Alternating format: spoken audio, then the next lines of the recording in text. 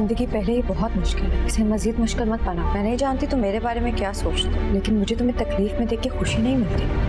جب میں مہک کی آنکھوں میں دیکھتا ہوں تو ایک کرب سے گزر جاتا ہوں۔ اس بچی نے کبھی کچھ نہیں کہا، لیکن اس کی آنکھیں سب کچھ کہتی ہیں۔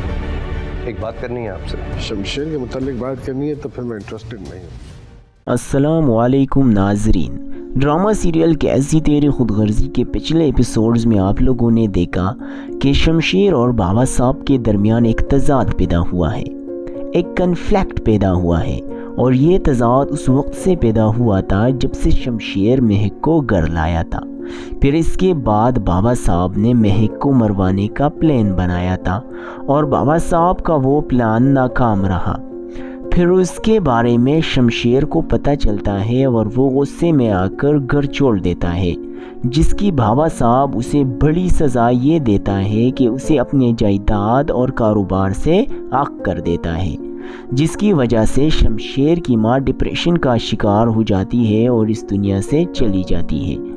اب یہ تو میں نے آپ لوگوں کے ساتھ اس ڈرامے کا تھوڑا سا بیک گراؤنڈ شیئر کر دیا۔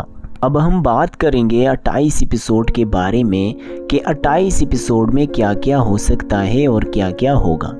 28 ایپیسوڈ میں آپ لوگ دیکھیں گے کہ جب شمشیر کھانے سے اٹھ کر دوسری کمرے میں چلا جاتا ہے تو مہک اس کے پیچھے جاتی ہے اور شمشیر سے کہتی ہے کہ زندگی پہلے ہی سے بہت مشکل ہے، اسے اور مشکل مت بناؤ۔ میں نہیں جانتی کہ تم میرے بارے میں کیا سوچتے ہو، لیکن مجھے تمہیں تکلیف میں دیکھ کر خوشی نہیں ہوتی۔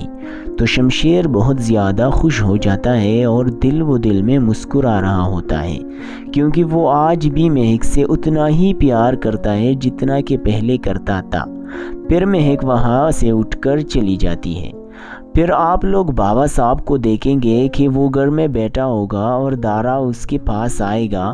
پھر بابا صاحب سے بات کرنے کی اجازت مانگے گا اور کہے گا کہ کچھ بات کرنی ہے آپ سے، لیکن بابا صاحب صاف صاف کہہ دیتا ہے کہ اگر شمشیر کے بارے میں بات کرنی ہے تو پھر میں انٹرسٹڈ نہیں ہوں۔ پھر دارا کہے گا کہ ہم اس حقیقت سے منہ نہیں موڑ سکتے کہ شمشیر میرا بھائی اور آپ کا بیٹا ہے، لیکن بابا صاحب دارا سے غصے میں کہتا ہے کہ میں بھی یہ حقیقت نہیں بھول سکتا کہ شمشیر کی وجہ سے میں اپنے شریک حیات سے جدا ہوا ہوں۔ شمشیر ہی کی ضد کی وجہ سے اس کی ماں مری ہے اور میں اسے کبھی معاف نہیں کروں گا۔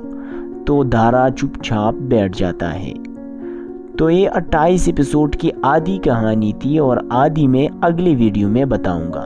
تو اگر آپ میرے چینل پر نئے ہیں تو پلیز اس ویڈیو کو لائک کریں اور چینل کو سبسکرائب کریں، تاکہ جب بھی میں وہ والی ویڈیو ڈالوں تو آپ کو سب سے پہلے اس کی نوٹیفیکیشن مل جائے۔ شکریہ۔